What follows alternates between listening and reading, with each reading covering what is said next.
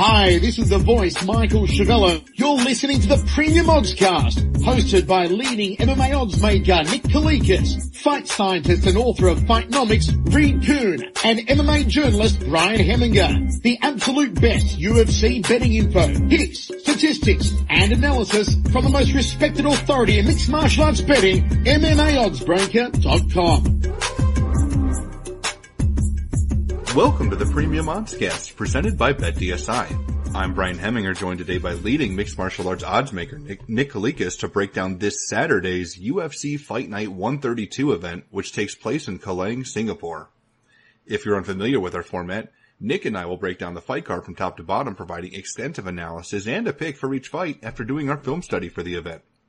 Looking back at our last event, we lost 1.85 units for UFC 225 on our free bet, which was the Yoel Romero versus Robert Whittaker 2 won't last the distance prop.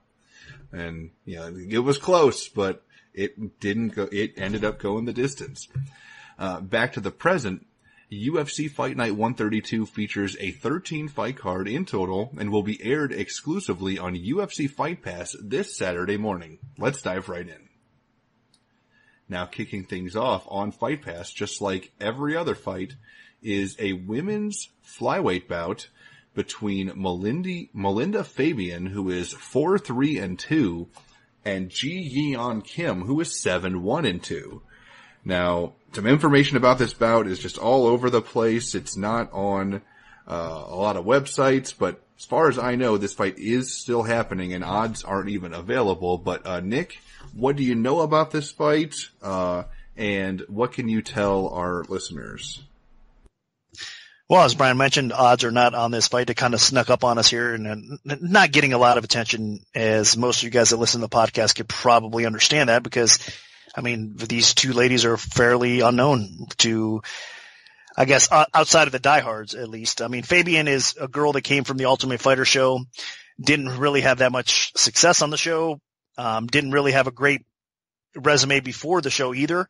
But to be honest with you, when her debut draw against Bennett did show some improvement, and I'll get into her game a little bit more. And then, of course, Kim is also now a veteran of the UFC. She's not from the Ultimate Fighter show or nothing. She's had a couple fights on the UFC roster so far, and she's lost to Pudilova in her debut, but just beat Justin Kish in her last fight. So that's a pretty solid win for her to bounce back and perform respectable. So Kim's pretty solid. Fabian is going to be considered, I guess, a lot less solid in this spot, but what you have here is a striker versus striker matchup. So it might be pretty interesting here, because I think Fabian does have some power. She's known to be a striker, but the funny thing is here, most of her wins come by submission.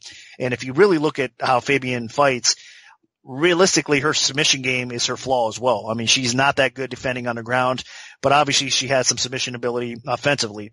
But more so where it's at for Fabian is she wants to keep the fight upright, and she wants to stand and bang, and she has some knockout power. She has some nice kicks to go along with it. So I think her improvement in her takedown defense and the work she's put in since the Ultimate Fighter is starting to show. She's going to have her hands full against Kim, though. Kim is definitely a solid fighter. And again, I think that she's only going to get better fight by fight as well. Now she's a couple fights into her UFC career. And again, like I said, that was a pretty solid win over Kish for her. She's an aggressive striker. She throws a lot. She throws hard. She has power. She's also pretty well rounded. She has a ground game to go along with it. Technically speaking, I think she's just a better, simply put, overall fighter than Fabian. I think the stand-up game is better for Kim. She's a little bit more technical. I think her ground game with her jiu-jitsu skills are a little bit more technical as well. So it's her fight to win or lose, and she's going to open up a favorite. And this line is probably going to come out after weigh-ins around that time as well. You'll probably start seeing it hit the market at some point, and you'll see Kim being not a huge favorite, but a solid little favorite I'm expecting here in this spot. And with that said, I think she probably does get the job done, but it's hard to have a lot of confidence because, again, I know people are going to consider Fabian kind of a can, but with the improvements in the stylistic matchup she has here, I think it is going to be a tough test for Kim as well. So Fabian should bring it, and we should see a pretty exciting fight, believe it or not, to start things off. So not sure why the UFC didn't kind of push this fight more, or has this fight kind of not on the radar, I guess it would seem, but it would have been nice to know a little bit earlier and to try to get I guess a little bit on top of it more for all of us. But hey, it is what it is. It's still a pretty solid fight to start the night off, and I'm going to pick Kim to win the fight. So from a betting perspective, though, it's not an easy one to bet. And I'm going to side with Kim as well. I just think that she'll be the more active, aggressive fighter. But, I mean, both of these girls are strikers. I think Fabian does rely a little bit more on her kicking game, so she's going to require more space. And I expect Kim to be pushing the tempo and moving forward, trying to force Fabian to be on her back foot. And I don't know how much space she's actually going to give her. In Fabian's UFC debut against Deanna Bennett, I mean, that was an atrocious fight. Just a stall fest against the fence. Fabian did have one shining moment where she landed a pretty good head kick, and that's probably her path to victory here. I mean, she needs to land big kicks early and often and just try to mess up with Kim's rhythm. Because if Kim can get going and turn up the tempo, she's tough to stop. I mean, Justine Kish is a pretty legit fighter, and Kim outworked her, outpaced her, and earned a decision against her. So I think Kim is capable of doing that against several ladies, especially now that she's in the flyweight division. That's where she belongs, as she lost her UFC debut at 135. But I think Kim is fun to watch, and she should be able to push that high tempo here, and I expect that she gets the job done. I mean, you look at Fabian, and her last 3 professional fights are loss, draw. And I know she's better than that, but I mean, not that much better than that. And as long as Kim pushes the right tempo and keeps Fabian on her back foot and doesn't need a huge head kick, I think Kim should take this. So Kim is my pick. Now, sticking with the flyweight division, we have Janelle Lausa, who is 7-4, taking on Ulka Sasaki, who is 25-2. Now, Nick, where did this fight open, and how has the public shifted things so far? Sasaki opened minus 365, the comeback on Lausa at plus 255. And right now, looking over to our sponsored sportsbook, betdsi.eu. Currently, it's Sasaki minus 261. The comeback on Lausa is at plus 211. So line margins have tightened up, and there is more dog action coming in. The line was set too high as far as this matchup goes for sure. That's why you're seeing some dog action come in. I agree with it. I think this is basically your typical striker versus grappler matchup. There's no question about that. Sasaki, obviously a very talented, gifted, grappling-based fighter. Losao is obviously your striking-based fighter that has some power and likes to stand and bang and has success on the feet. Does have a little bit of a ground game. His wrestling, we've seen come into play as well. Offensively, it's not too bad. Defensively, though, that's a concern with him a little bit. He needs to stuff takedowns. He has okay takedown defense, but against solid takedown artists, he has been put on his back and he's been beat that way. So he needs to improve that takedown defense in his ground game. It's still a work in progress, but on the feet, he's going to have a big advantage over Sasaki. So the path to victory here for Lausa is to actually just basically sprawl brawl and keep Sasaki off your back. I mean, Sasaki's pretty sneaky. He doesn't need necessarily to get takedowns to get your back and start working on his submission game. So Lausa, like I said, he needs to just keep the fight in front of him, keep his distance, keep his spacing, and then outstrike Sasaki and punish him to get the W here. I think he has a good chance of doing so because I really think in this matchup, Sasaki is taking it on somewhat of a short notice fight. So I don't think that's going to come into big time play here because if I expect Sasaki to win, he's going to probably finish the job and win by submission. I don't think he wins on the scorecard. So in my opinion, it's Sasaki by submission or Lausa is going to win either on the cards or he's going to end up knocking Sasaki out and winning that way as well. So with all that being said, as I mentioned, I do agree with the early dog action. I think the line set a little bit too high. Now, would I be surprised if Lausa does get subbed by Sasaki? No. I mean, Sasaki has such a good sub game. If he gets your back, like I said, he can sink in the hooks and the choke, and before you know it, you'll be tapping. So it wouldn't be shocking, but there's just too much to factor in here, and I think Lausa is going to know what he's in store for here, and hopefully his defensive tactics are well enough to keep Sasaki at bay and then just kind of outstrike him and see what he does from there. So I am going to pick the underdog to win this fight. I've been kind of going back and forth on this as well. I'll check out the weigh-ins here in a little while and see how they look and might flip my pick back to Sasaki because I do think Sasaki does have a significant advantage if he does get this fight to the ground. So it's one of those things whether you like the grappler, like the striker. I'm leaning a little bit more towards the striker right now.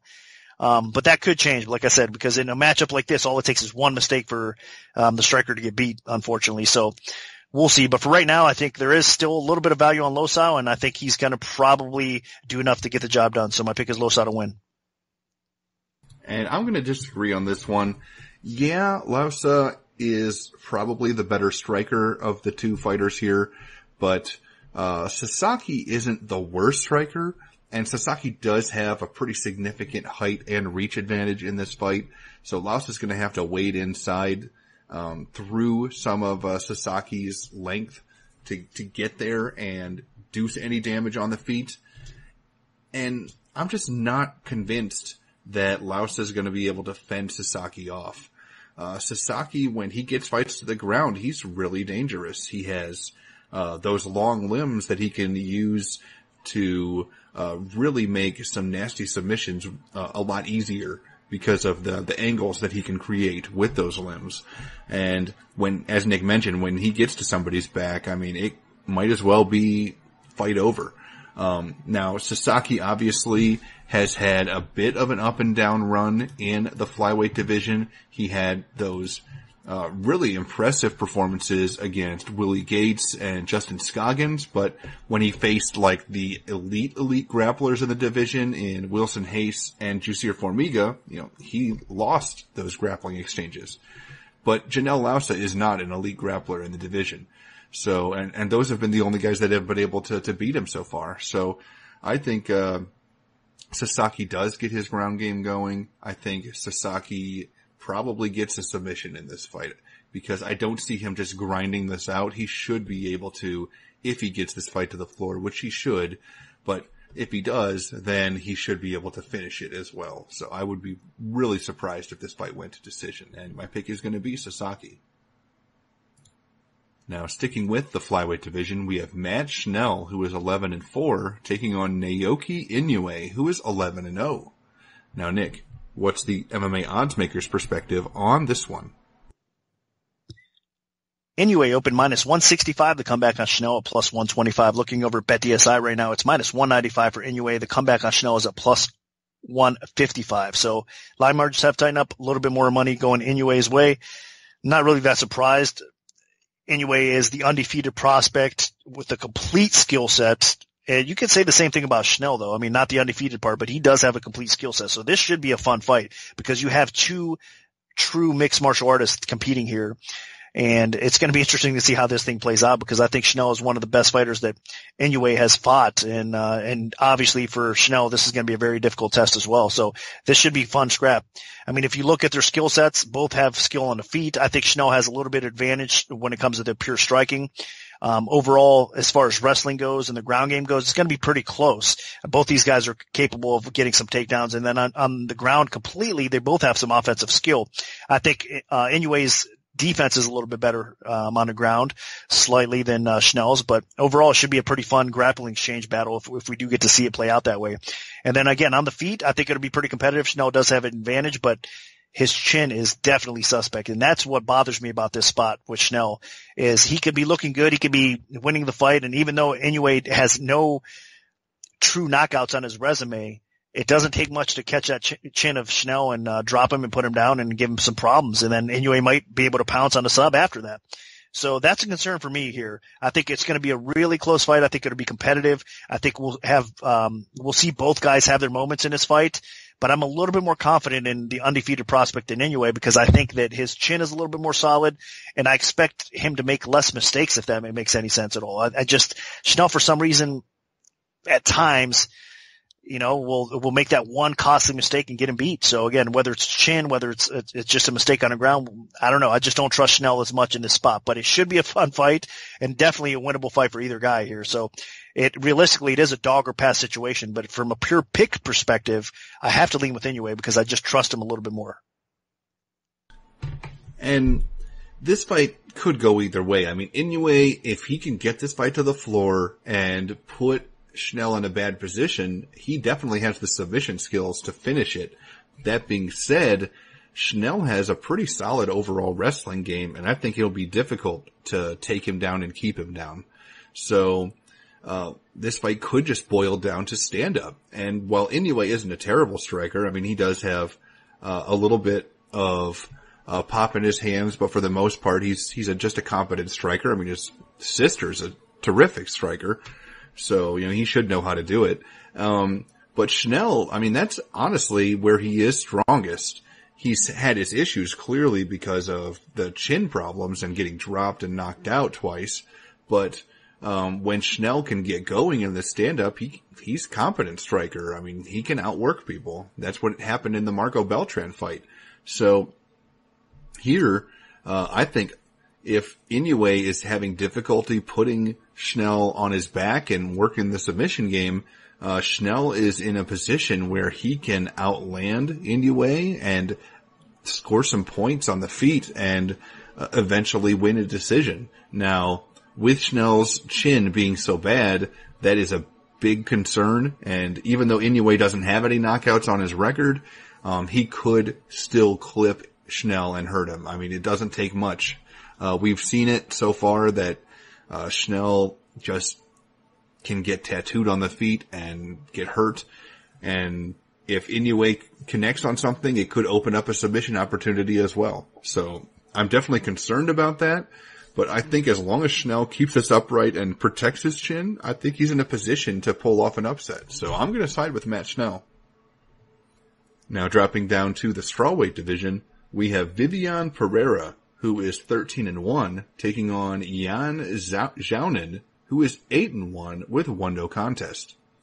Now, Nick, where did this fight open, and how has the public shifted things so far?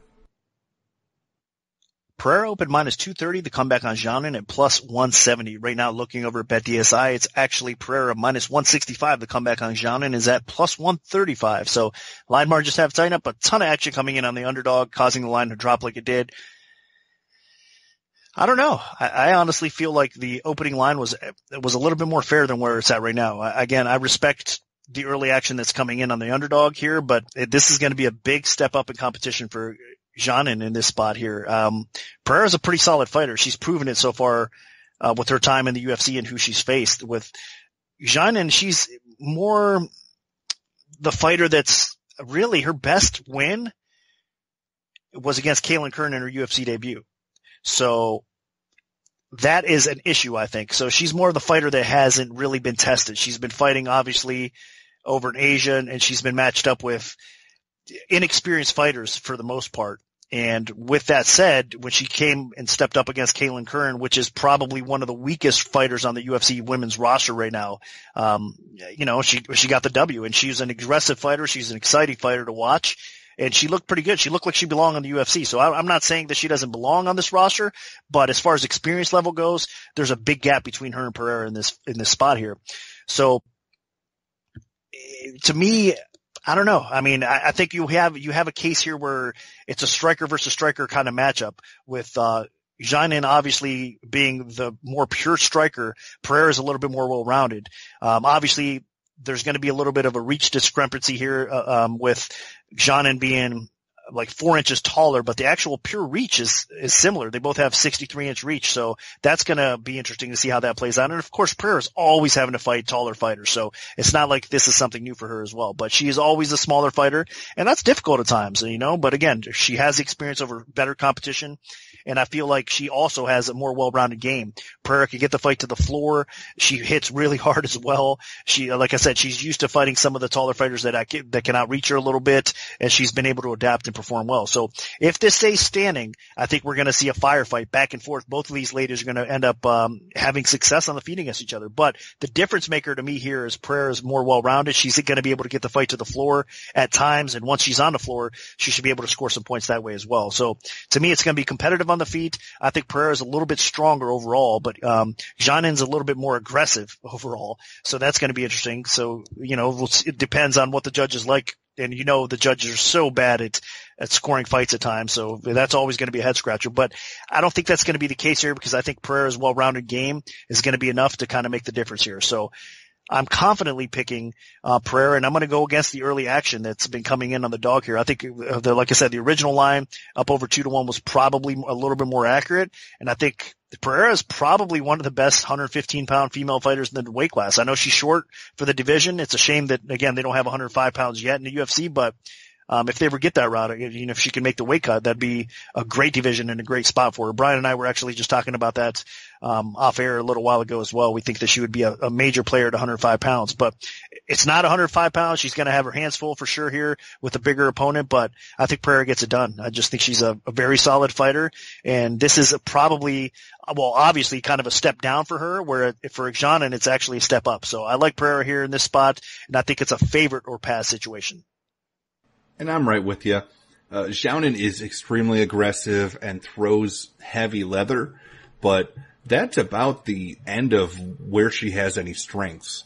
I mean, she's going to be throwing a lot of strikes, but Pereira is a very talented counter striker. I mean, she held her own on the feet against, Valerie Letourneau, a fighter that could easily be fighting at flyweight or even bantamweight she's fought at.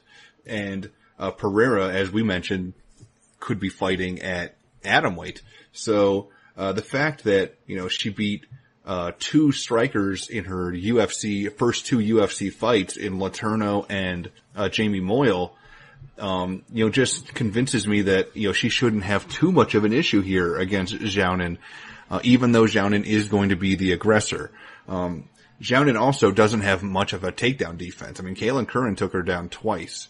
So, Pereira, who has a much better ground game than Kaylin Curran, in my opinion, should be able to shoot in for takedowns if she needs to. And I expect that she would be able to get top position and ride that out. Now, obviously, Pereira got, dominated in the last fight by Tatiana Suarez, but Suarez is one of the best fighters in the whole division, potentially a future champion. So, there's nothing bad about losing that fight. I expected her to lose that fight. But Xiaonan, I mean, the only way Xiaonan wins here is if Pereira gets flustered by the pace and power of Xiaonan on the feet, and if Xiaonan is just able to work her over the course of 3 rounds. I think Pereira is tough enough to not get knocked out. So I think that she can stay composed on the feet and land her counter strikes, because Xiaonan's going to leave openings. I mean, she is an all offense type of fighter. So, Pereira should have plenty of opportunities to sneak in there and land some really good shots or some easy takedowns. And that's what I expect happens here. But if for some reason the takedowns aren't there and Pereira gets a little flustered by the pace of Xiaonan, then Xiaonan could win. But I think Pereira knows what she's doing and is a very capable fighter and will find those openings. So I'm going to pick Pereira as well. Now, moving up to the welterweight division, we have Shinzo Anzai, who is 10-2, taking on Jake Matthews, who is 13-3. Now, Nick, what's the MMA oddsmaker's perspective on this one? Matthews opened -400, the comeback on Anzai at +280. And right now, looking over at BetDSI, it is currently -525 for Matthews, and the comeback is +385 for Anzai. So line margins have tightened up again, and more action coming in Matthews' way. Another spot that I'm not surprised. I mean, Matthews, a solid favorite, makes a lot of sense here in this spot. Even though Anzai, man, he's no joke. I mean, he's coming off of a pretty impressive performance against Jumo, and before that, he actually beat Zapata as well. So he's got a 2-fight winning streak coming in here in the UFC, and he's won 2 out of his 3 fights. And that fight with Mina in his debut was a classic war. I mean, right off the rip, those guys were throwing some serious bombs. So that was a pretty fun fight while it lasted. So that's what you're going to get with Anzai, though. I mean, the guy's aggressive. He throws really hard. He's a grinder. I mean, he looks to do what he does best and just put that pace on you and put the pressure on you and get the job done. And he's a dangerous guy doing so. But that kind of probably leads right into what Matthews wants to do here, because Matthews is just a little bit better, technically speaking, in all areas. I think if this fight stays standing, Matthews is better on the feet. He's going to obviously have some length and some size over Anzai. He's the better striker. Now, as far as punching power goes, I mean, Anzai does bring it, like I said. So as far as pure knockout power, I think either one of these guys could clip each other along the way. But again, the technical aspect of things, Matthews has the edge there. I think Matthews has the edge on the ground as well. He's got a better jiu-jitsu game to go along with it. Anzai, again, he's just a grinder. He's going to look for top position. He's going to look for ground and pound, and he's just going to make your life miserable, when he's able to at times. But I think Matthews is going to be able to stifle all that, and he's going to come away with a victory here. Whether it's a finishing Anzai, I think there's a good chance he does finish him within 3 rounds. But if not, if he hits the scorecards, I think Matthews probably ends up, getting the nod on the scorecards as well. We'll see. I mean, like I said, it doesn't matter if it's a unanimous decision to all of us. We don't know what the judges are going to score. We've seen that time and time again. So that's where I guess my biggest issue is with the judging and the scorecards. Even if it's a clear fight, a lot of times the judges don't know how to score. And I'm saying this because one of the last times Matthews was a very solid favorite, it was over Holbrook, actually. And Holbrook was able to kind of sneak up on Matthews and steal a decision there from him. It was a close fight. I'm not saying that was a horrible decision or whatnot. I mean, Holbrook brought it there, but the last time I'm just making note that is there real value at betting Matthews in this spot at minus 500? I don't think so. So this is a fight where you kind of stay away from it. You don't touch it. You watch how it plays out, and hopefully Matthews wins the fight, because I'd like to see what he can do and how high he can climb up the welterweight ladder here in this spot. Because man, the guy has some skill. He's still young enough. He's only 23 years old. So really, it's up to Matthews how far he gets. I mean, how much he wants to push the issue and how hard he wants to work and how he wants to take his career to the next level. And that's winning fights like this. This is a fight he should win, and you got to win fights like that. I thought the Holbrook fight he should have won as well.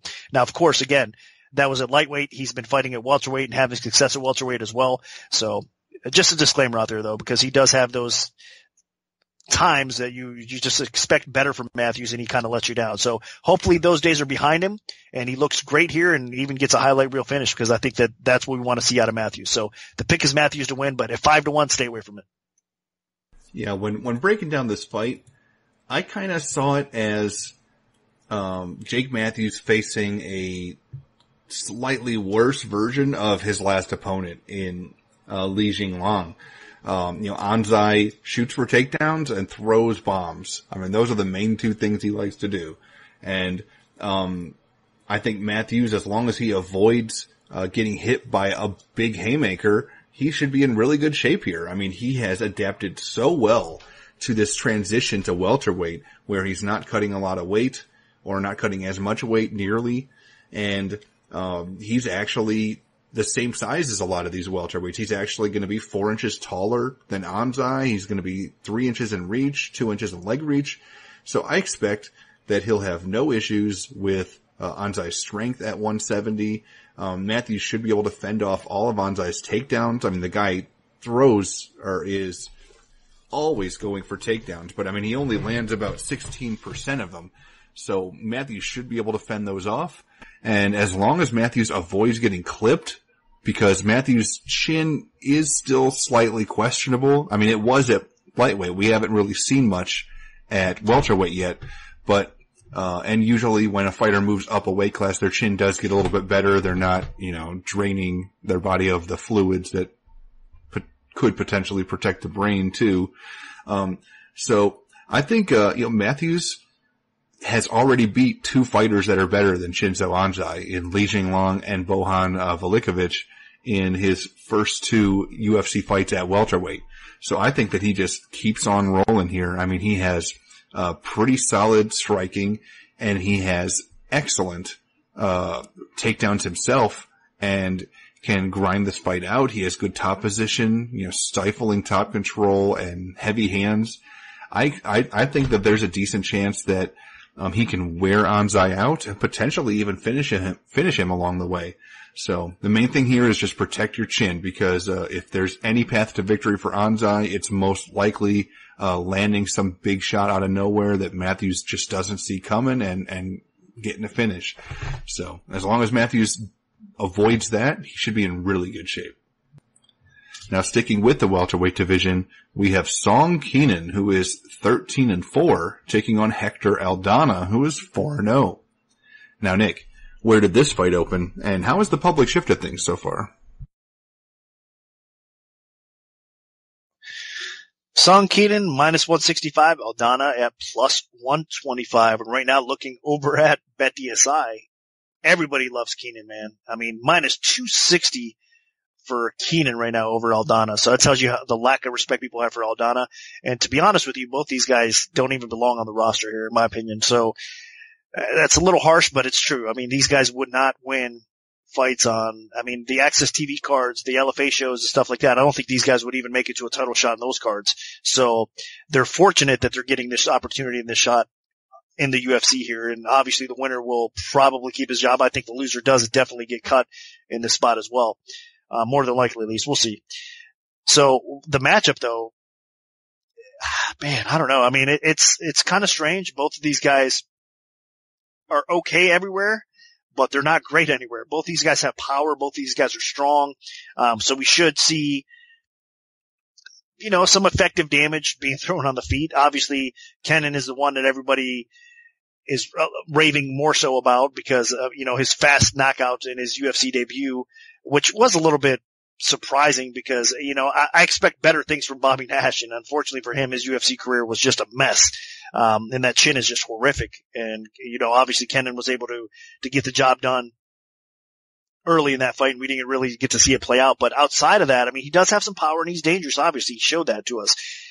And Aldana is the type of guy that could definitely take some punishment. And, he's got a better chin though, I should say, than Bobby Nash for sure. I would think Aldana could survive some of the strikes maybe Bobby Nash could not.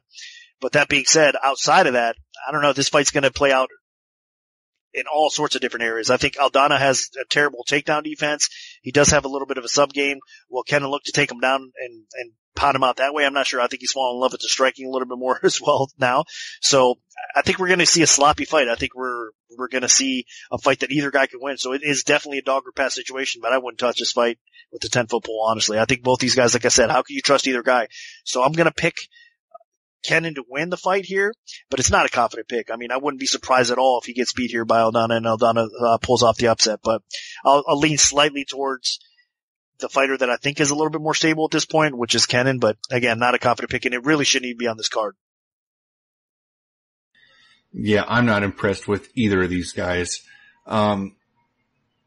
Honestly, as Nick mentioned, this fight shouldn't even be on the card. These are two of the lower tier welterweights on the entire roster.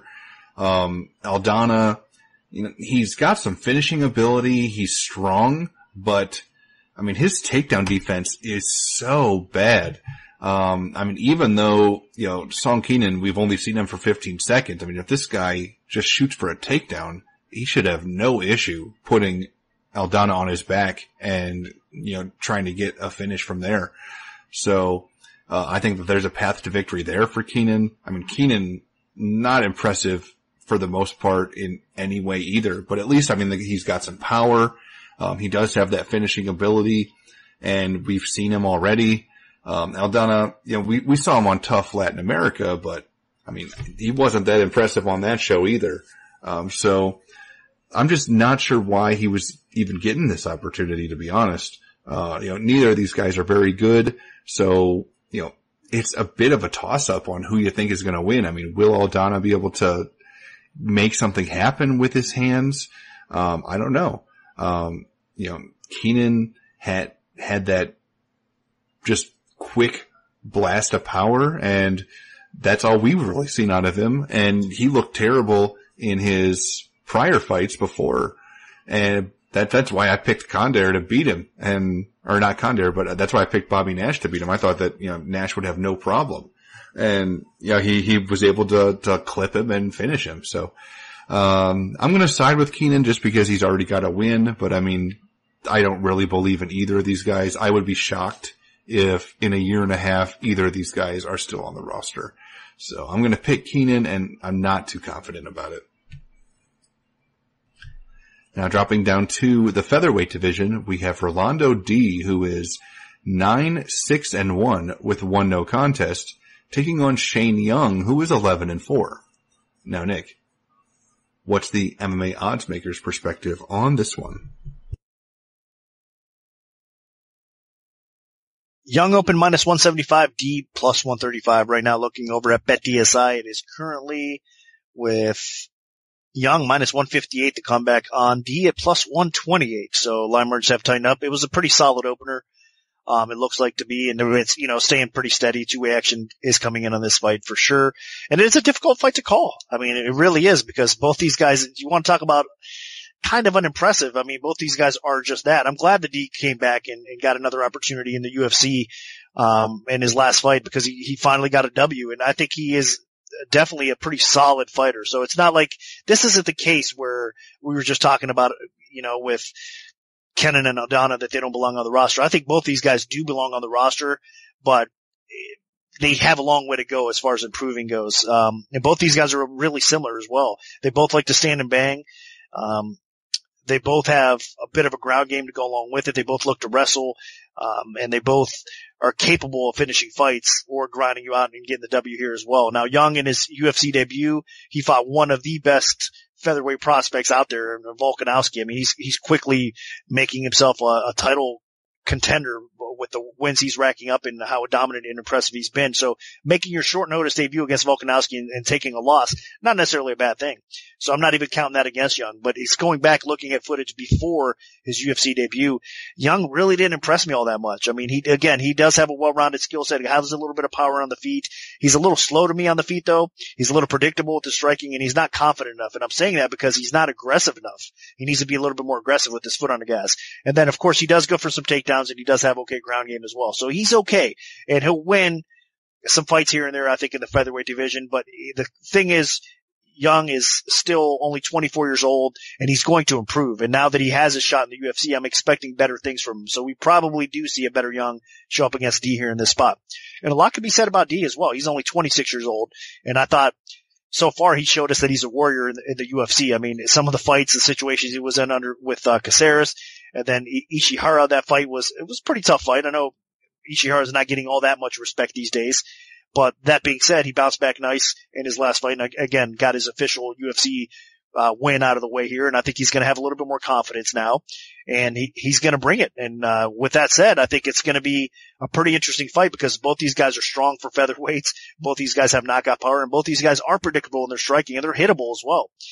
That's what bothers me about these guys, because even though they're pretty tough and they have solid chins in one aspect, because they're the type of fighters that, like D, if you look at some of his fights, he's been hurt often in his fights, but he doesn't give up. I mean, you can't get rid of the guy. I mean, he's definitely a tough fighter that will look to bounce back, and then he starts actually, once he settles into the fight, he actually starts getting going again. And you can say the same things about Young as well. He's never had an official knockout loss, but he has been tagged. He's been dropped as well. So this fight's going to be crazy how it plays out. It's definitely a dog or pass scenario here. I don't think you can lay the chalk against D here, because I think he can possibly pull off this upset win over Young. So should be a fun fight. In fact, I'm going to actually pick D to win.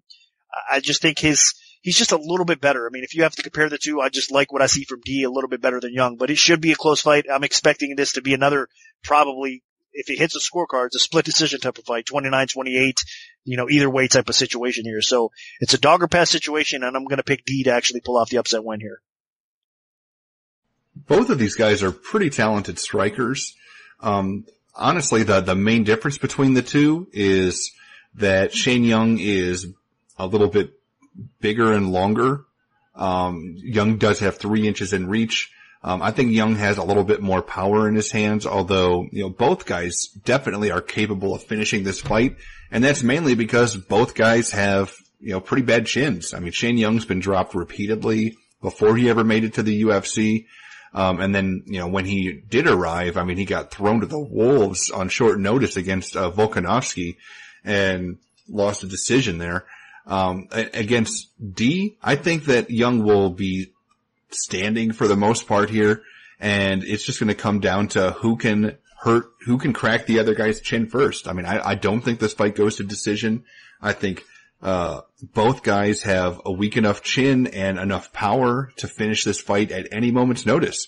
I think how this fight plays out is one of them connects on the other's chin and then just follows up and puts him away.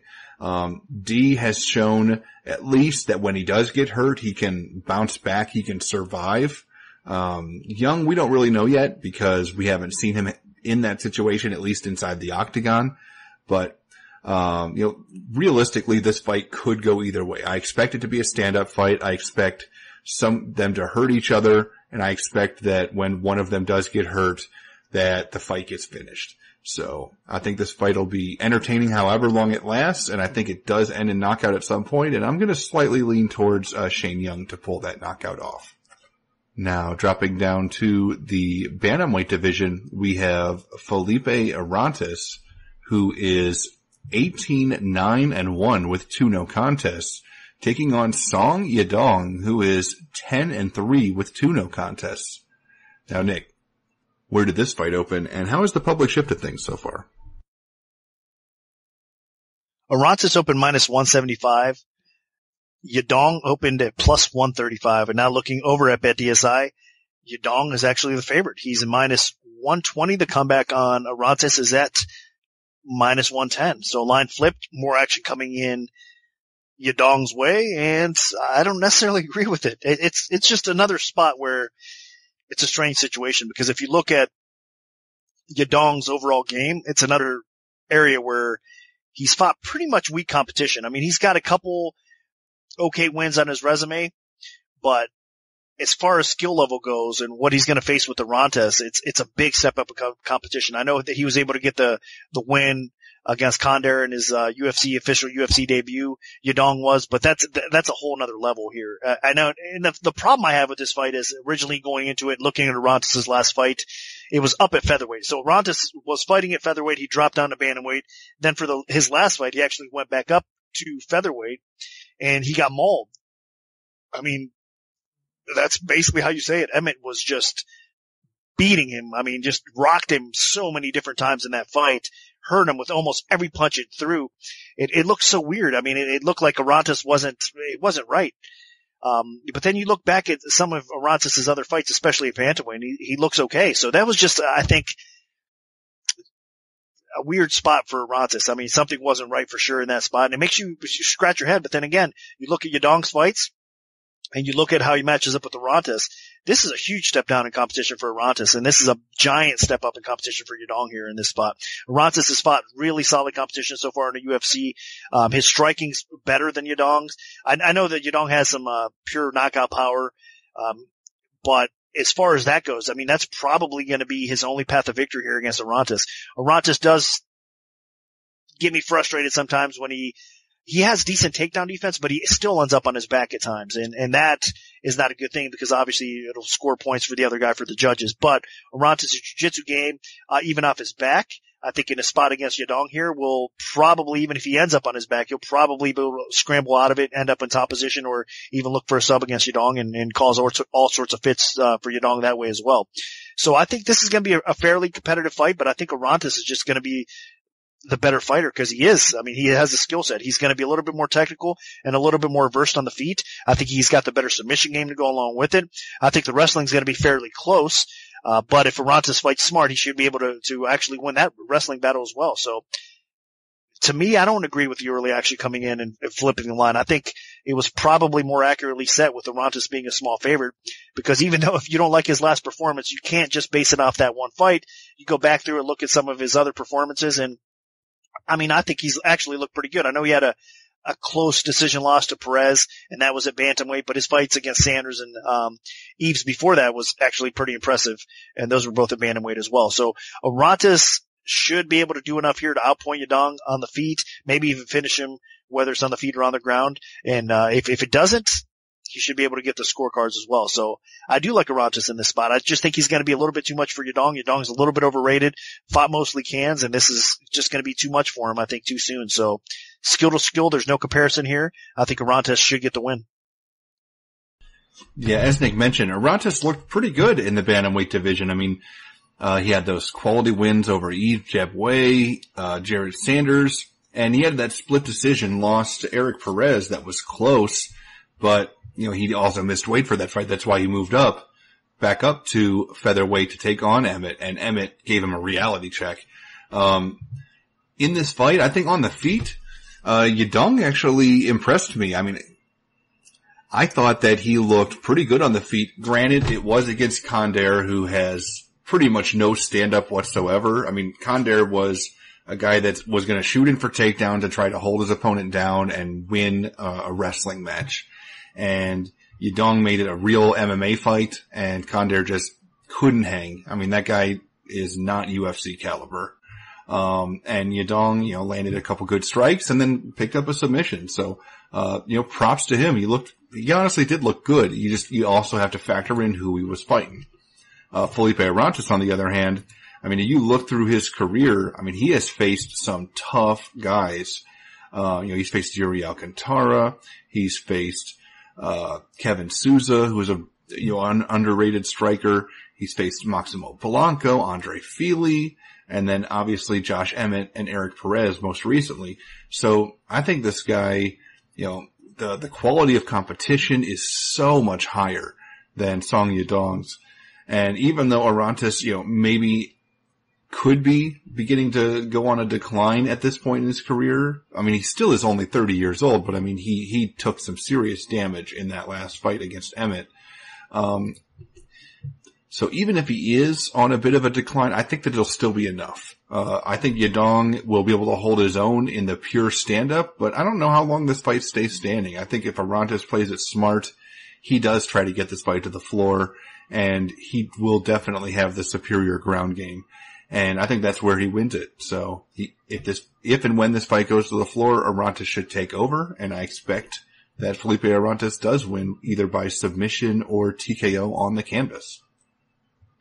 Now moving on to the main event of the preliminary card, we have another bantamweight contest between Teruto Ishihara, who is 11-5-2, and Peter Yan, who is 8-1 and making his UFC debut. Now, Nick, what's the MMA oddsmaker's perspective on this one?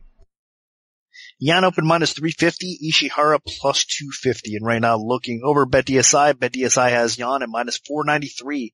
The comeback on Ishihara is at plus 373. So needless to say, action came in on Yan. Ton of hype behind Yan. Of course, he's the ACB champion. And I'll tell you what, that ACB league is producing some very talented fighters. So outside of the UFC, that's definitely one of the best organizations to fight in.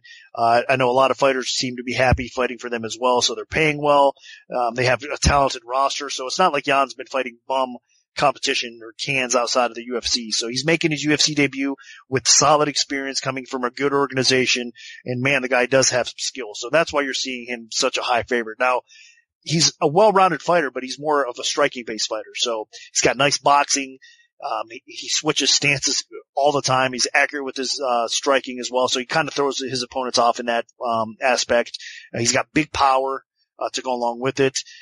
He's kind of a slow starter, which I don't like, but once he gets going, man, he's fun to watch because once he gets, the adrenaline going and he starts getting into his flow, he just puts together the combos really nice. And again, he's accurate with the striking and he can do some damage. His takedown, defense was an issue in his lone loss, but he's improved it since then. So, I mean, I think that, it could be an issue for a lot of fighters, obviously, at times. So you could say the same thing about Ishihara, but I think Jan's takedown defense, he actually got to redeem that loss that I'm talking about, and he did look much improved in the second fight. But still, that's, an area that Ishihara can try to exploit. I don't think he will, but that's something you could check out. So this is basically a fun fight because it's striker versus striker, right? We all know Ishihara is a striking-based fighter as well. He's an aggressive striking-based fighter. And if he's mentally focused and he's got confidence going behind him, I mean, he could cause some problems here in this fight against Yan. So this is not a easy debut. Ishihara on the feet packs a heck of a punch. And, he loves to get in wars and he's definitely capable of knocking people out. Ishihara's basically been losing his fights by getting out grinded and getting, taken down and kind of controlled a little bit along the way, more so than getting outstruck. But it is an eyesore to me that he did lose a striking battle to Lobov.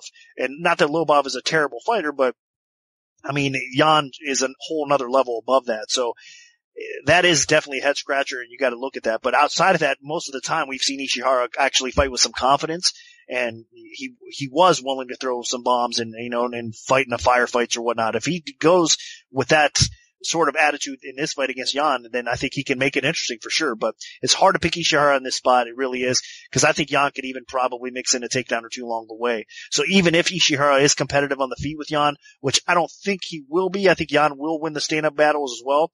Yan probably has route to go to, a path to victory to go to with his ground game as well, and probably is able to grind Ishihara out that way. So I do understand what the hype is and the quality a fighter that everybody views Jan at. I mean, he's definitely a solid guy to watch in the bantamweight division. I'm glad the UFC signed him and brought him aboard, and they're not giving him an easy fight in his UFC debut. And that's how much respect he's getting, because Ishihara is usually not a huge dog, to any fighter on the UFC roster. So Jan's legit, and he's going to look to prove it here against Ishihara, and I'm not going to pick against him in this spot. So as the line is right now, though, you can't touch it. There's no way you could bet this fight. I mean, it probably is a dog or pass situation, because Ishihara does have one punch knockout power, and he's capable of landing that one punch. But still, that being said, stay away from this fight as well. Just sit back, watch, and enjoy, and hopefully Jan does impress us all, and he makes some waves in the bantamweight division, and we get to see more good things from him in the future. So the pick is Jan to get the win over Ishihara. And I'm going to agree. Yeah, Ishihara has a lot of power, but that's about it. I mean, you go back and you watch this guy. I mean, he relies way too much on having heavy hands and just being tough. He doesn't really have that much technique. And I mean, he just talks about, getting bitches and stuff when you look into his interviews. It doesn't seem like he's taking his MMA career that seriously, and it's showing now that he's started to face some tougher competition. I mean, he did get some quality, knockouts early, but, he's now lost 3 of his last 4. He thought that dropping down to bantamweight might solve his problems. And, in his return to bantamweight, Quinones just outgrappled him and, won a pretty one-sided decision against him. So, Ishihara has not been, fighting particularly well. I mean, he's still exciting. He still has that knockout power. So Jan is going to have to be careful there. But I think Jan is the more technical striker. He should be able to land at will against Ishihara. And as long as he can avoid the heavy response from Ishihara, then Jan should be in a good position to just outwork him on the feet. But if for some reason Ishihara is finding some success in the stand-up, Ishihara has a terrible ground game and very poor defensive wrestling. His takedown defense is 32%. And I expect that if for some reason Jan is even having a little bit of trouble on the feet, he can shoot in for takedowns. This guy has solid wrestling, above average wrestling, and a very good Brazilian Jiu-Jitsu game. He has, he knows how to get, submissions. I mean, he's faced some pretty solid competition prior to making it to the UFC. So I think that this is going to be a showcase fight for Jan, and I expect that he either wins by one-sided decision or he might be, the guy to finish Ishihara along the way. So my pick is definitely going to be Peter Yan here. Now, kicking off the main card, we have a welterweight contest between Li Jinglong, who is 14-5, and Daichi Abe, who is 6-1. Now, Nick, where did this fight open, and how has the public shifted things so far? Jinglong minus 320, Abe at plus 240 was the opener, and right now you're seeing Jinglong at minus 273, the comeback on Abe at plus 223. The line did climb up even higher than that 320 spot at one point, and now it's starting to come back down a little bit, which I can understand. I mean, Abe's probably not getting a whole lot of respect, and Jinglong has definitely been one of the fighters that has earned some respect as far as being an Asian fighter making the roster and being one of the guys that could possibly find his way to a title shot eventually. I don't think Jinglong is going to get there, but, as far as that region goes, he's definitely one of the more popular fighters, one of the more accomplished fighters thus far. I mean, the guy has some power in his hands. He has a respect of the MMA community because he brings it when he fights. So you could take your hat off of Jinglong. He's definitely a very solid fighter, and he's a well-rounded fighter as well. I mean, he's just not a one-trick pony. He's got power on the feet, like I mentioned. He's got some wrestling. He's got some submission skill to go along with it. So Jinglong is a pretty complete fighter, but I do think people are underestimating Abe a little bit in this spot. I know he lost to Jumu his last time out, but before that, in his UFC debut, he won a pretty competitive decision over Lim, which is not an easy task. Making your debut against a powerful guy like Lim and give the nod is pretty impressive. And he got outpointed in a close fight. I mean, that Jumo fight was really close. and competitive. So it was a unanimous decision, but, it depends. Like I said, it was close enough that, depending on the judges' cards, it could have went another way. But I think part of that was actually Abi's demeanor, especially at the end of the third round. Sometimes you gotta put on that show. You gotta play the game a little bit. And, if you don't look confident at the end of the fight, that could be all a judge needs to give the round to the other guy type of situation. So I think that Abi's going to continue to mature and grow as a fighter that way mentally a little bit, because I think that's one of the spots that I see is his biggest flaw early on in his UFC career. He's 26 years old. He's going to improve. Jinglong, like I said, he's already proven that he belongs in the welterweight division, and he's a tough out. So I think this is going to be a fun fight because both guys like to stand and bang. For Jinglong, I think for him to have more success, he's going to have to utilize that leg kick. He does throw leg kicks often and he has success with them. So I think that's a path to victory for him as well, to kind of mix things up and do some damage on Abi's leg. Because it seems like Abi doesn't check those leg kicks that well. So we'll see if Jinglong applies that kind of strategy and works his stand-up game a little bit and see if he can have success. I think Abi's going to be a little bit too much for Jinglong on the feet. I think it'll be a firefight. It'll go back and forth. But realistically, I think Abi has better hands. He's got pretty good timing with his striking as well. And Jinglong is so aggressive, I think he's going to walk into some power that Abi's throwing at him. So for me, this is another spot where it's kind of, I could see either guy getting the W here. So it's definitely a dog or pass situation. And with the line dropping, I understand because it was set too high for sure.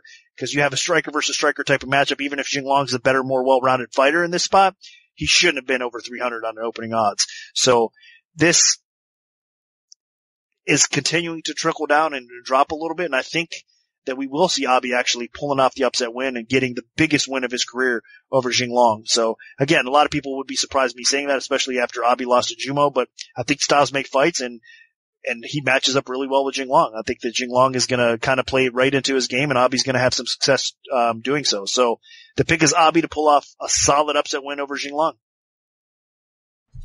And I could see that happening because I do believe that Abe is the slightly more technical striker of the two.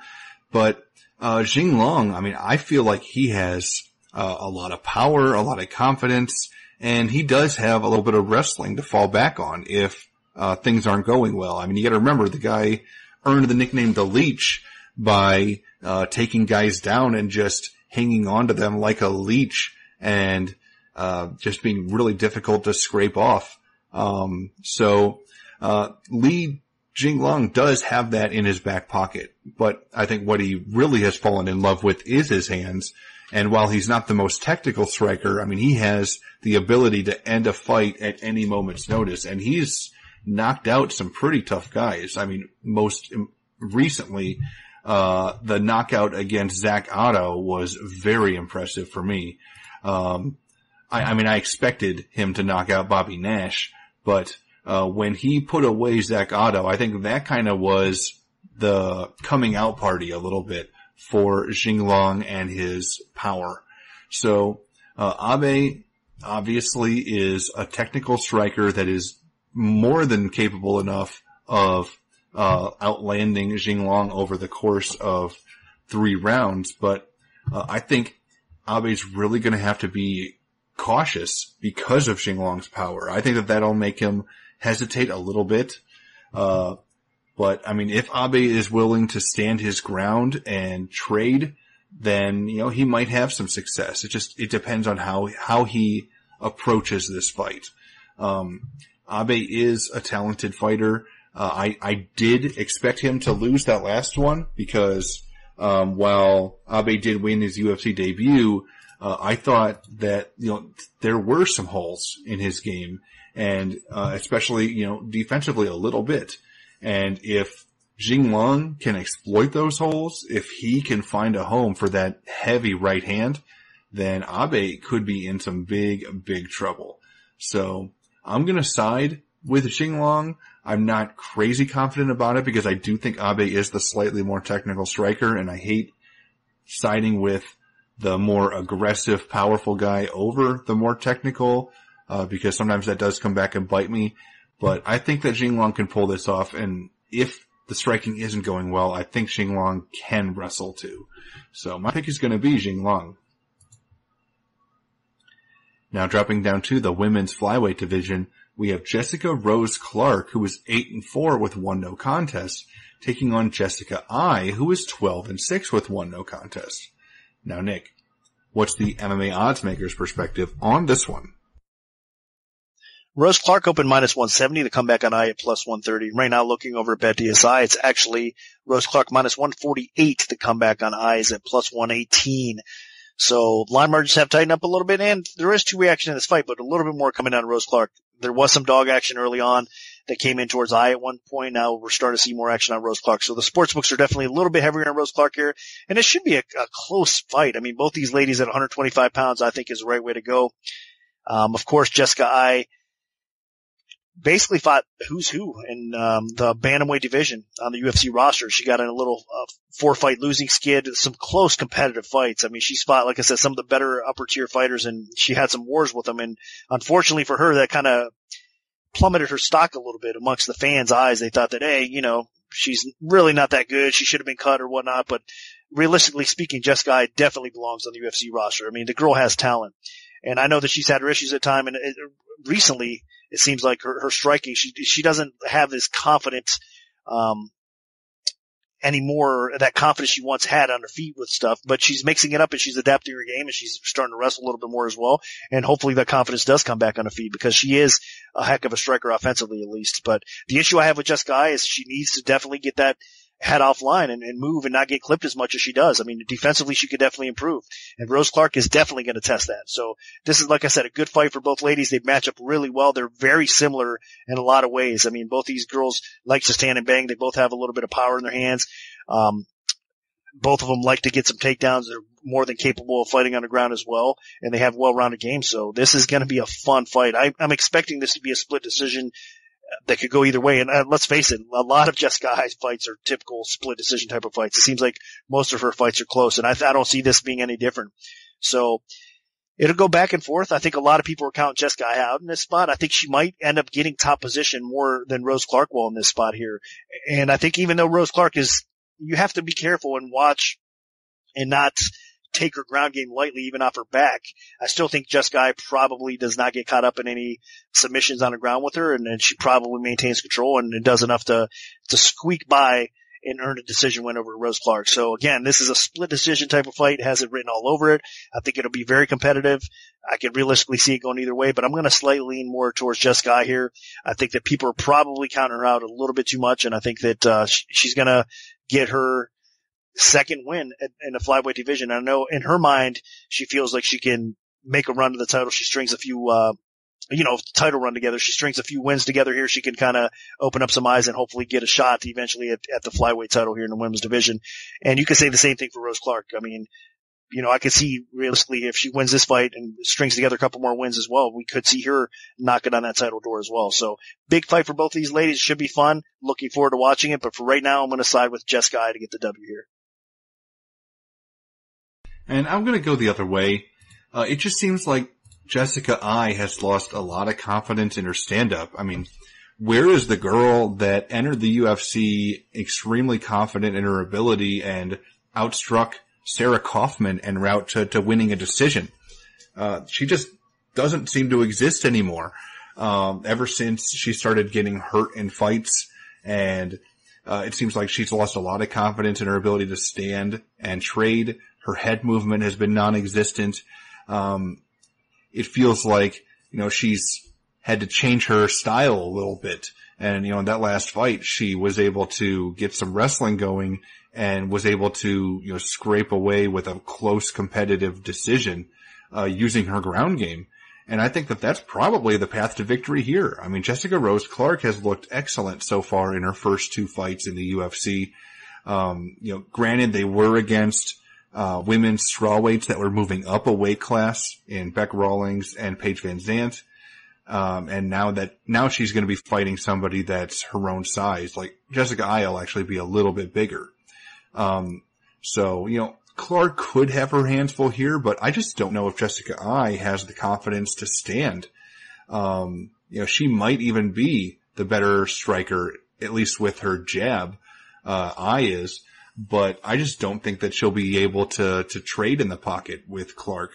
I think Rose Clark makes some really impressive,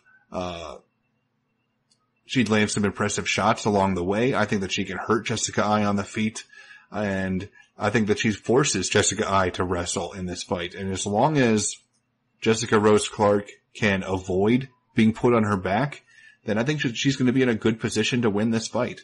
I just hasn't shown me that same killer instinct and confidence that she had when she was at one point the number one ranked flyweight in the world. So I'm going to side with Jessica Rose Clark. I think that she just has a lot more momentum on her side, and we'll see how it plays out, because Eye does occasionally, really make fights close that potentially shouldn't be close. But I think this is Clark's fight to lose, so I'm going to side with her. Now moving up to the light heavyweight division, we have Ovince St. Preux, who is 22-11, taking on Tyson Pedro, who is 7-1.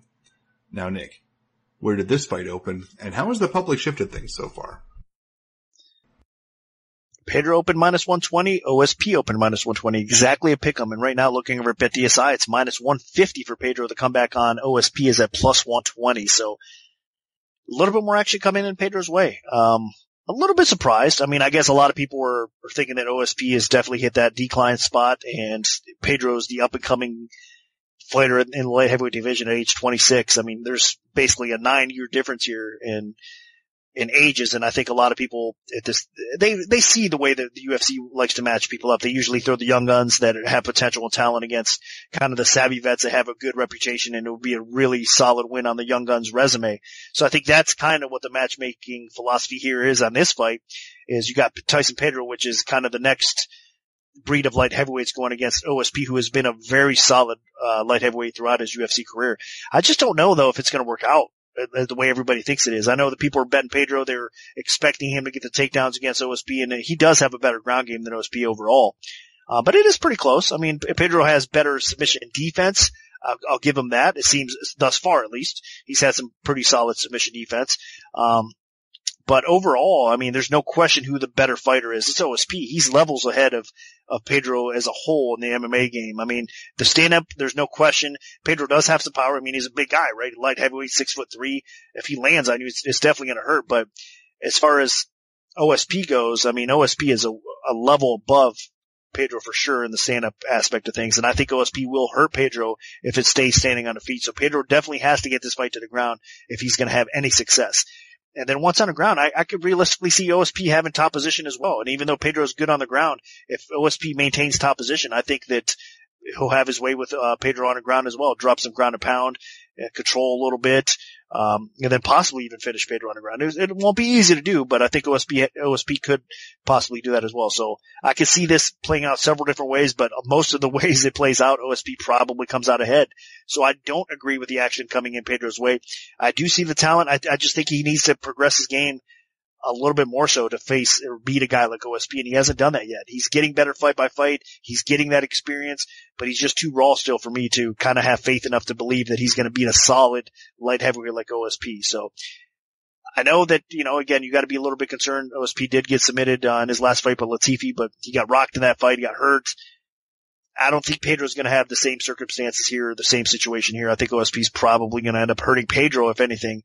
And if that's the case, then OSP's going to eventually get the win here. So I'm going to side with the underdog here in OSP. I think he's just a little bit better at this point, at this stage of the game. And I'm right with you. OSP didn't look so hot in his last fight, but he was facing one of the better fighters in the division and somebody that had already defeated Tyson Pedro handily too. So I think that in this battle between OSP and Tyson Pedro that, Pedro is, getting a little bit too big for his britches. It seems like he's a good fighter, but not a great fighter. And I think, that Pedro, when he can take people down and he can work them over on the ground with ground and pound and submission attempts, he's in great shape. But if he can't get the takedown, I think he's going to be in huge, huge trouble. And I just don't know if he'll be able to take down Ovince St. Preux. On the feet, Pedro is exposed. He really does not have much of a stand-up game. He does not have very fluid striking ability. And I mean, you saw that against Khalil Roundtree. I mean, he got rocked in that fight, but then was able to get the fight to the floor. Roundtree has a terrible ground game, and Pedro was able to get the finish. So, that was great for him, but it also showed that his stand-up is a huge liability. And Ovince Preux, I mean, that guy has nasty killer head kicks. He has a heavy left hand. If either of those connect, I think Pedro is going to be in huge, huge trouble. And you got to remember, St. Preux has faced plenty of wrestlers. I mean, there have been guys that took the fight to the floor and beat him there, like Ryan Bader and Glover Teixeira, but he's faced other wrestlers that he destroyed, like Patrick Cummins, Corey Anderson.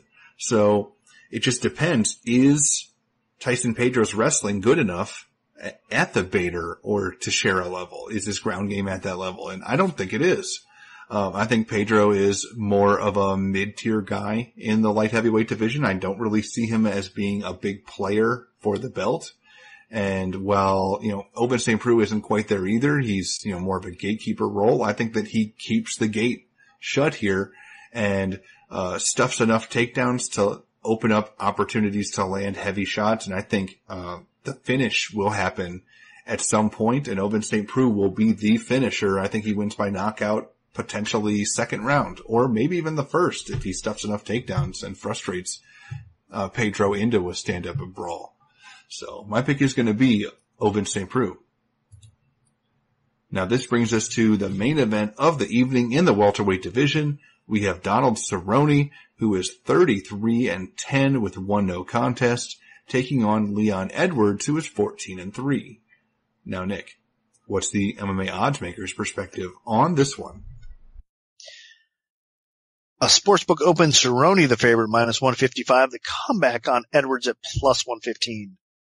That's not a mistake. That was accurate. Cerrone opened as a favorite -155. Edwards at +115. I'm repeating that because right now you're seeing Edwards at -210. The comeback on Cerrone at +165. So needless to say where the action came in early on. And obviously for most people that follow the sport, I know Cerrone is a very popular fighter. We all know what kind of legend he is in the UFC and what his resume holds. So there's no question why I think a lot of people would think he was a rightful favorite coming into this fight. And he could win this fight.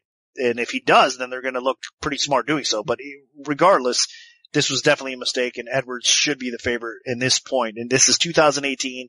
It's a spot where Cerrone, even though he's coming off of a pretty solid win over Medeiros, before that, he's obviously suffered 3 in a row. He's a decline fighter. He moved up to 170 pounds.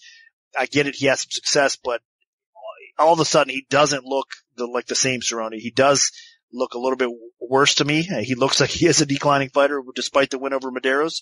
And I just don't I don't think we're going to ever see Cerrone fighting at that peak prime, that warrior that Cerrone once was. I think he's a lot more susceptible right now to solid strikers, and Edwards is just that. He's a very solid striker, has a ton of power. Edwards is more well-rounded than that as well. I mean, of course, we know he has got good wrestling. He's got a good ground game to go along with it. But it's his knockout power that's going to come into play here against Cerrone, because I think even though he's been liking the takedown game and getting takedowns, he's got to be cautious taking Cerrone down, because Cerrone is definitely the more technical fighter out of the two, and he's a more well-rounded fighter. There's no question about that. So if this plays out on the feet, I think we'll see both fighters having a little bit of success, because if one thing that bothers me about Edwards, his strike defense can definitely improve a little bit. He's a little bit too hittable for my liking. Now he's tough. He's got a solid chin, but he's been rocked. He's been hurt before in fights, and it's been obvious. So Cerrone, you can't take lightly even on the feet. I know this is a spot for Edwards that he thinks, he's a young blood. He's a new breed. Again, another one of those spots where they're matching that young gun against a savvy vet that's an accomplished veteran that will look good on the young guy's resume. And that's exactly the situation here. But time again, you cannot count a savvy vet like Cerrone out. I mean, because he is dangerous in all aspects of the game. So if this takes place on the feet, Edwards has to be cautious. He cannot take Cerrone lightly, but I think he will win the stand-up exchanges, and he is the more capable knockout artist at this point. And I think he will probably end up hurting Cerrone on the feet and possibly finishing him off.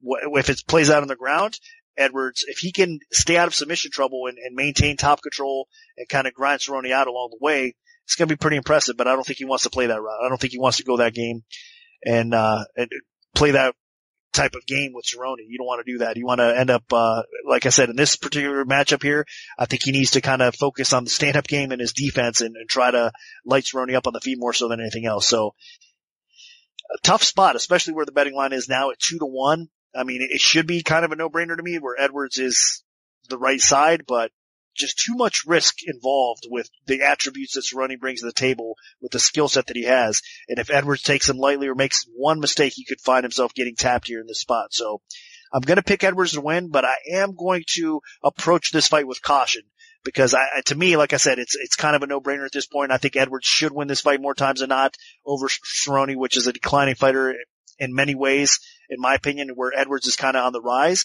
But this is the kind of sleeper spot that you got to be careful about and you can't be overconfident about in a situation like this. So the pick is going to be Edwards for me. I think he probably does finish Cerrone, but he definitely has to be careful. And I'm not going to exactly count Cerrone out all the way at this stage of his career either. I mean, he's got all that experience against high caliber competition at lightweight, at welterweight now as well.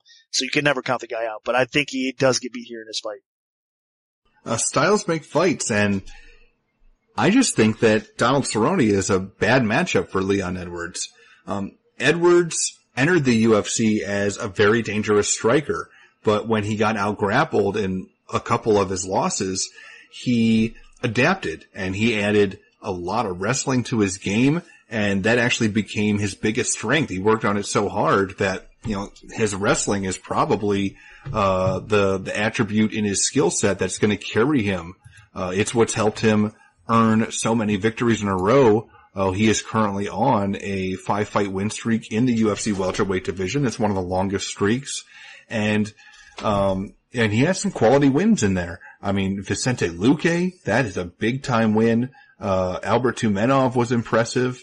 Most recently, he got one of the latest finishes in UFC history at like 14 minutes, 59 and a half seconds, getting a TKO over Peter Sabata, who is a savvy veteran. Edwards, when he gets takedowns and gets top position and works his opponents over, he's in good shape. That being said, is he really going to get takedowns against Cerrone? And Cerrone has excellent takedown defense, and if he does get taken down, I mean, he has a very scary submission game.